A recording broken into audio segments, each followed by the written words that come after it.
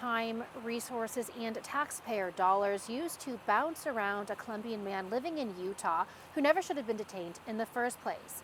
21-year-old Kevin Ortiz Barros was attending an immigration hearing at this courthouse when his case was dismissed prior to being detained by immigration officers and placed into expedited removal. This is a fast-track process that skips some of the due process needs in order to deport someone more quickly. His lawyer says he never even qualified for this. During his detention, Kevin was moved from facility to facility, given very little information about the status of his case, where he was going, and why. I have an order here signed by a federal judge in Arizona who has now conceded to the government's mistake, saying Kevin never should have been placed in expedited removal to begin with. Yo pienso que estaba bien, pero de un segundo a otro todo cambió y me arrestaron sin ningún motivo. No tuve oportunidad de ver los documentos que el juez me envió a llenar. Es confused and feel really like criminal, but it's happened. So they were treating you like a criminal? Yeah, absolutely. But I have a criminal record, and I don't understand why. I mean, I think I'm a good person in this country, and I don't understand why. You've been trying to follow the proper process, and you then get detained and you're treated like you've done something wrong. Is that a good idea of what you felt? Absolutely. Yo quiero hacer las cosas bien. Y yo aconsejo a las personas que puedan escuchar que intenten hacer las cosas bien, que vayan a sus cortes, porque creo que es lo correcto y lo legal, pero ahora las personas tienen mucho miedo, dicen, ok, voy a la corte, pero me van a arrestar, entonces, ¿por qué? Es un sentimiento muy malo. The parameters there are for the expedited removal is there's case law that specifically says if you have been in the United States in excess of 2 years, unless there is a material change in circumstance, and usually material change in circumstance means they've committed a pretty egregious violation of law, criminal law, not an option. It's simply not an option. You have exceeded the statutory guidelines or statutory definition of those that qualify for expedited removal. And Kevin on his face had exceeded those guidelines.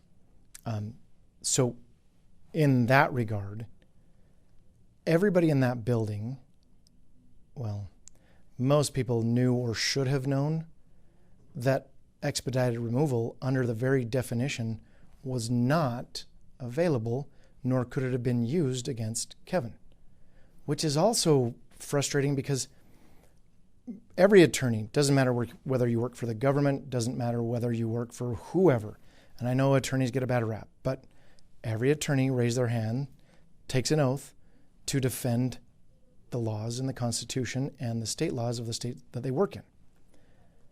It is very, very difficult, and I get that right now the law changes on a daily basis because we have people who don't understand immigration law trying to implement immigration law. And then they have the people in the trenches, the immigration prosecutors, following through with whatever memorandum has been issued that day, and there might be 2 or 3 in a day because they're just diving into everything that they can. Well, but that creates the potential for doing things that violate the law. So you've got all of these immigration prosecutors who candidly have not been doing this very long. I think we have 20 new ones in Utah. The vast majority of them are brand new. You just can't get them all trained that quickly. And they're filing these petitions, they're filing these motions. And honestly, I don't know that most of them even know that what they're filing is incorrect. So that creates panic, it creates chaos, and it creates situations like this where we have now flown Kevin to 5 different states. We've paid for that. We've put him in custody. Little new fact I didn't know, there's a airport immigration detention center in the Mesa airport. That's where they had him. I mean, they could have literally put him on a plane and flown him out of here. And they also conceded that even under expedited removal rules, They didn't even give him an interview. They were just going to remove him. And expedited removal requires that he get a credible fear interview. That didn't happen either. This is not the only immigration-related encounter that's raising concerns. Just last week, a woman who are identifying as Lily says that her husband was being followed by unmarked vehicles, and they pulled him over in the parking lot of his auto body shop where he worked. He says that he got out of his car, ran into the shop, and locked the door. That's when Border Patrol agents then broke that door down, entered the business, and detained him. What the f? Look at what the f they did. Look at all this. You think they did that with the warrant? Look at this. Look at these. Where's your guys' warrant? Stay back. Where's your guys' warrant? Stay back. No, where's your warrant? Stay back. Where's the warrant? Stand right there. Where's the warrant? I don't need one. Yes, you do. Where's the warrant? You guys do this? Back. I need you to wrap that up. For what? Stay back. Stop getting closer to me. Stay back there. I'm back. I'm back. I ain't gonna do to you. I'm back. You guys have to leave. My lawyer is coming. Good. You guys want to get sued? Are you done? What's your badge Stay number? back. No, I want to get you guys. All right. This kill you inside your stuff. Yes, you guys aren't supposed to be back here. Stand back here. You can record, but stay I'm back. already back here. You guys haven't Then shown why me. do you You keep guys coming haven't up here? identified yourself. I don't know who the you guys are. What the is that? What the is that? Federal agent. I need a warrant. I need a warrant. You do not need a warrant. Yes, I do. Yes, I do. You know how you guys came in? Listen, yeah, I know. Illegally. No. You guys broke the window. Yes, we did. Because you guys don't have a warrant. We don't need one. Yes, Stay you back do. here. Stay back here. Hey, what the I ain't doing I'm making sure he's safe. Excuse you. I need to leave it. Okay. ¿Dónde? Sí, ¿dónde está todo? Give me my Back up! Don't yell at me. Don't bump into me. Back up. I'm already here. He's trying to give me something. You know this whole building has cameras, right? That's great. After sharing Lily's video, it went viral on social media, eliciting a slew of responses, a mix of outrage, confusion, and support of Custom and Border Patrol's actions. A few days later, the Department of Homeland Security did respond to my questions about this interaction with the following statement. Agents attempted to conduct a traffic stop, but Jimenez failed to yield. He and the passenger Ismael Avalos Gonzalez, an illegal alien from Mexico, both fled the vehicle and chose to run from law enforcement, a federal crime. The subjects locked themselves inside a nearby store where they were apprehended. They will remain in ICE custody pending removal. Under President Trump and Secretary Noem, if you break the law, you will face the consequences. Criminal illegal aliens are not welcome in the U.S. Adam Craig, the lawyer representing both Jimenez and Avalos Gonzalez, disputed DHS's account of the interaction, calling it BS. The point he says is most egregiously false is the claim that Avalos Gonzalez was in the car with Jimenez.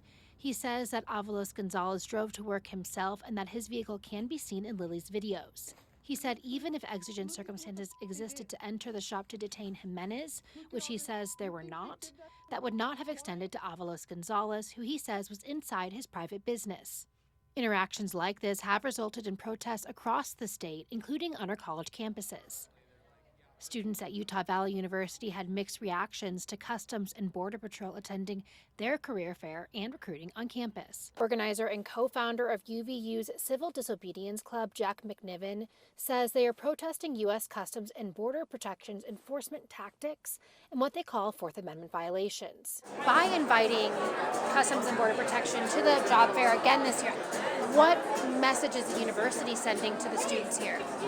I think that it's explicit support. He says their goal is to encourage more conversations among students. There's not enough discourse about it happening, in my opinion. That's why we started this club in the first place. On one side, protesters sitting in. On the other, metal detectors and security checks to enter. I think it's important to be civically minded and have a civic voice, but if you're doing it peacefully, you're not disturbing people. Chip Anderson is an officer with UVU College Republicans. He says today's sit-in takes away from the goal of the career fair. What's the benefit of sitting outside of a career fair that's offering employment, that's offering security?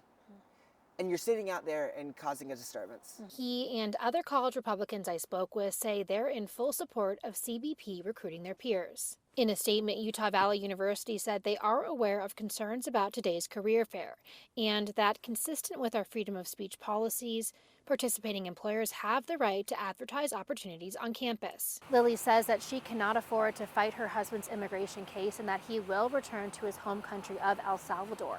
Lily and her 3 children, who are all American citizens, will also move to El Salvador in order to keep their family together. Reporting outside the ICE facility here in West Valley City, I'm Liv Kelleher.